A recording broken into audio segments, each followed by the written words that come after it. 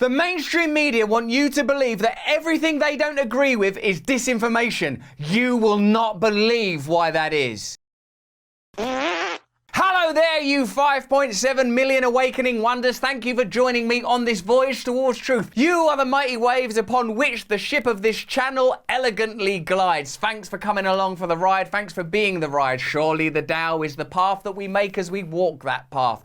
Man, I've got a lot of things to tell you, but before I tell you any of that, please subscribe to this channel if you don't subscribe yet, and turn on the notification bell so that we can glide and glide past that algorithm and its snide moves to keep us down. We have to remain on top. We make videos every single day and we want you to see them because we are amplifying the voice that you give us. We are feeding back to you the truth that you have long understood. We made a video last week with Aaron Maté in which he talked about disinformation and propaganda and narratives around the Ukraine and Russia war. You may have seen there was some pushback around it, a little bit of blowback and stuff. In this video, he addresses directly the charges that the mainstream media have made against him. Oh, he's spreading disinformation.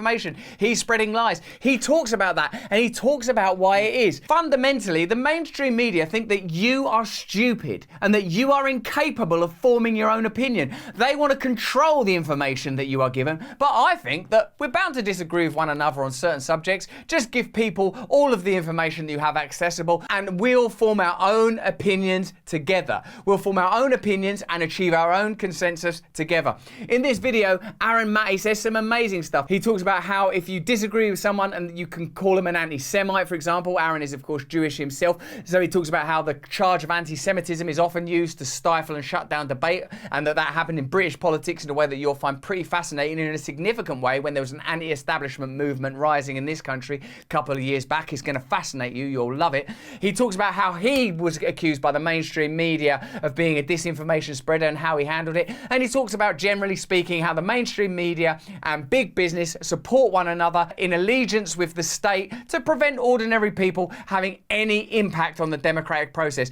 Stay to the very end of the video because you're going to feel like you've had a lecture from an informed person who understands how the establishment works by the end of it. Let us know what you think in the comments below and stay with the video to the very end. I'll see you on the other side. Because you are a Jewish man, I assume, because your father is, and because you've written a lot and spoken a lot about Palestine, and because you've been called, I think, by The Guardian, a conspiracy theorist and the most prolific spreader of disinformation on Syria, I wonder what you think of the kind of use by the mainstream media of the charge. Let's use the example of anti-Semitism and the kind of the use of these very damning and hateful terms, which refer to very damning and hateful beliefs. How do you think these systems are deployed by the, let's call it, centre-left, neoliberal mainstream media?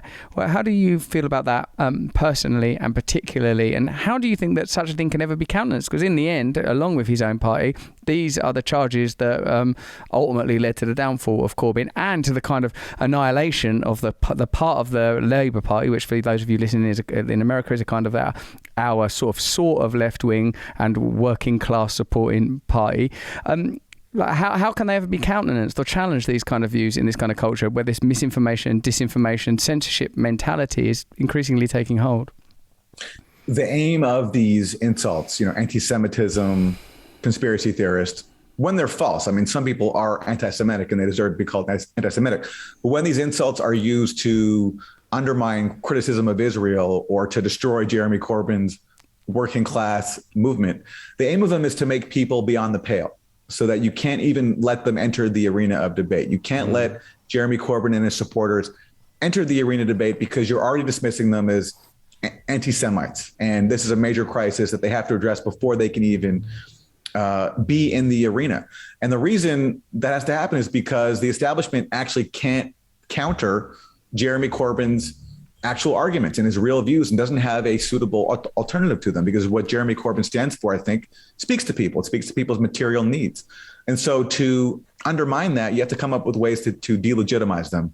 And that's where I think this anti-Semitism allegation, this claim that there was a huge crisis inside the Labour Party of anti-Semitism, it was done to delegitimize Corbyn and make it so that he was just beyond the pale.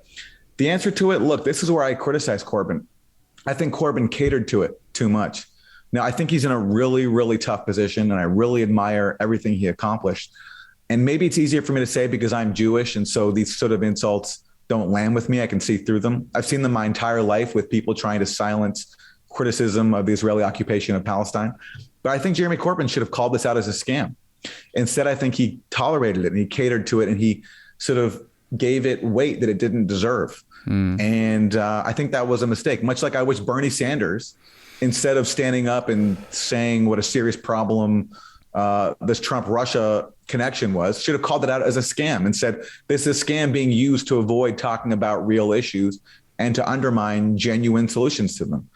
So I think you have to not be afraid to be called names. I'm not afraid to be called a self-hating Jew or a conspiracy theorist or a Russian asset, which is what I got all the time during Russiagate, because I wouldn't go along with these conspiracy theories that Trump was controlled by Russia.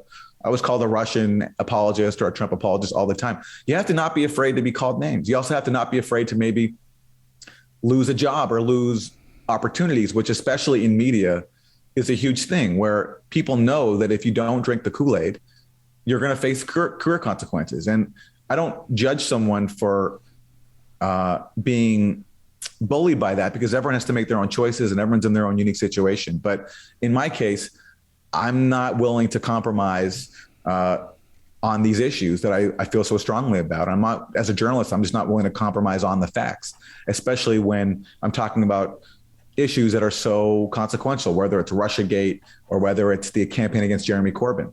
I mean, these are things that are being used to sabotage a genuine, progressive, hopeful future. So I'm not going to compromise on that. So yeah, but I think it comes down to being willing to tolerate being called names. And The Guardian, for example, just tried to do that with me when they said that they called me the leading spreader of disinformation on Syria. They couldn't provide one example of my alleged disinformation. And that says it all. They can't actually point to any evidence to substantiate their claims.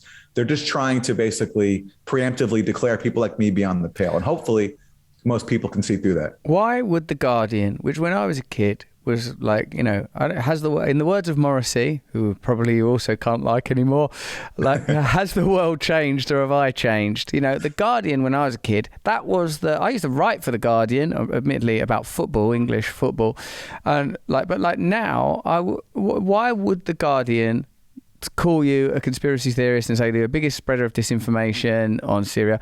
What is institutionally at stake within The Guardian? What is it? Is it that they're capturing the data of their readers?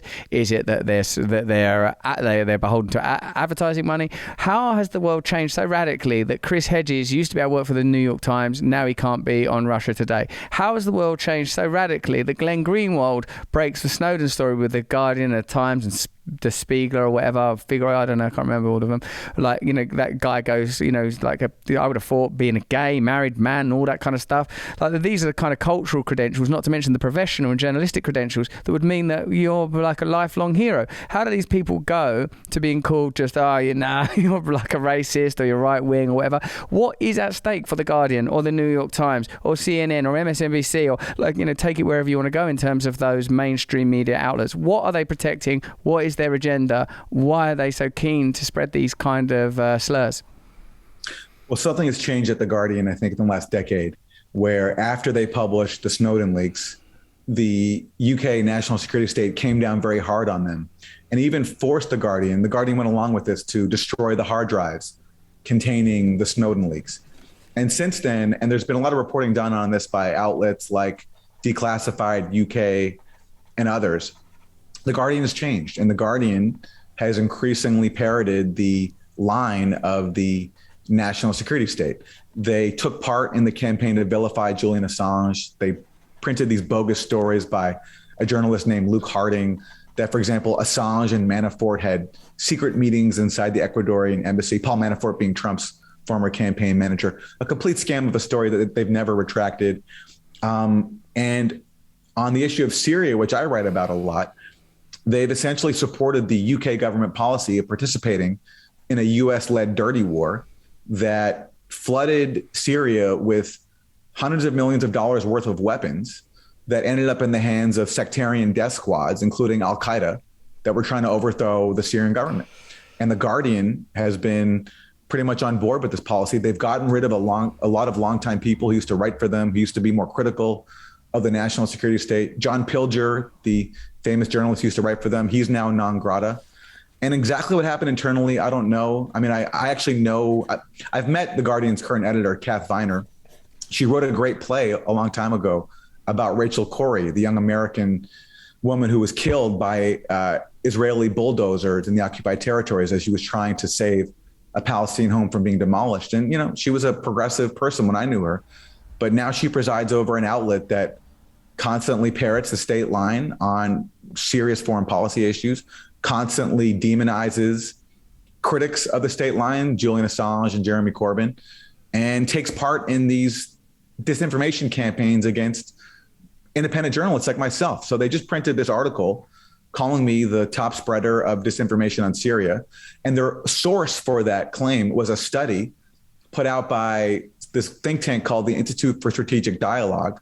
What they didn't mention is that this study, first of all, provides no evidence for any of its claims that I spread disinformation, and also is funded by governments that were belligerent in the Syria dirty war, including the US and the UK. And the reason they're going after me is because for a while now, I've been reporting on this huge scandal that really lifts the mask off of a lot of the propaganda that we've gotten around Syria. And that is a scandal with the OPCW, the Organization for the Prohibition of Chemical Weapons. And basically, the story is that in April 2018, the US, UK, and France accused Syria of committing a chemical attack in the town of Douma. And there was video footage put out by insurgents showing dozens of people killed.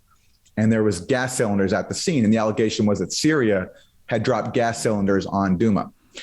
And so the US, UK, and France bombed Syria based on this allegation. And the OPCW, the chemical watchdog, went in, got on the ground and did an investigation. And about a year later, they came out with a report that essentially aligned with the US-led narrative that Syria had committed a chemical attack. But then we got a really explosive series of leaks from inside the OPCW that showed that the actual inspectors who went to Syria found no evidence of a chemical attack, wrote up a report laying out their findings, and their report was doctored and censored by senior officials to align with the US-led narrative. And that set off a struggle internally in which you had some scientists trying to defend their investigation, the people above them essentially sidelining them. You also had US officials coming in to meet with them and try to pressure the OPCW to support their narrative that Syria was guilty. And you even had basically really damning findings being erased. So, for example, expert toxicologists were consulted who ruled out chlorine gas as the cause of deaths in the victims, a huge blow to the US-led narrative. And that finding was simply erased. So we know all this because of a trove of leaks that was first disclosed at WikiLeaks. And then I got some leaks as well at my outlet, The Gray Zone. I've been reporting on them. Nobody can contend with what the leaks actually say. No one can contend or challenge the reporting I've done based on those leaks. So accordingly, instead of contesting what I'm saying, what I'm reporting, taking up the contents of those leaks, you have to try to just dismiss me as beyond the pale and call me a conspiracy theorist. Well, do you feel a little bit brighter? Do you feel like you got more insight? What do you think about the fundamental idea that the mainstream want to shut down opposing voices? Do you see that what they're essentially saying is we don't want people to have access to this information because, what's the assumption? You are too stupid to make your own decisions, to reach your own choices. Well, on this channel, we believe not only are you intelligent enough to understand this information, that you are more intelligent than we are, that we should be listening to you, that we want to provide an opportunity for you to communicate with us. Not because, oh, I'm such a nice guy and I'd like a gold star, but because without understanding what you want, I can't form a cohesive view of reality myself. We need one another. That's one of the most fundamental things I believe, that ultimately we are unitary. Ultimately, we are expressions of a great oneness. The difference between us and them is I see the world from a spiritual perspective. I see all of us as ultimately unified and every individual as a sacred expression of a divine ulterior realm. That's just what I think though. Let me know what you think of this video in the comments below. Give us a thumbs up. Remember to turn on the notification bell. I need you with me. If you enjoyed this video, have a look at either of these two. And please sign up for my mailing list right now so I can communicate with you every single week about live events I do and so that we can go deeper together on these important subjects. Please stay free.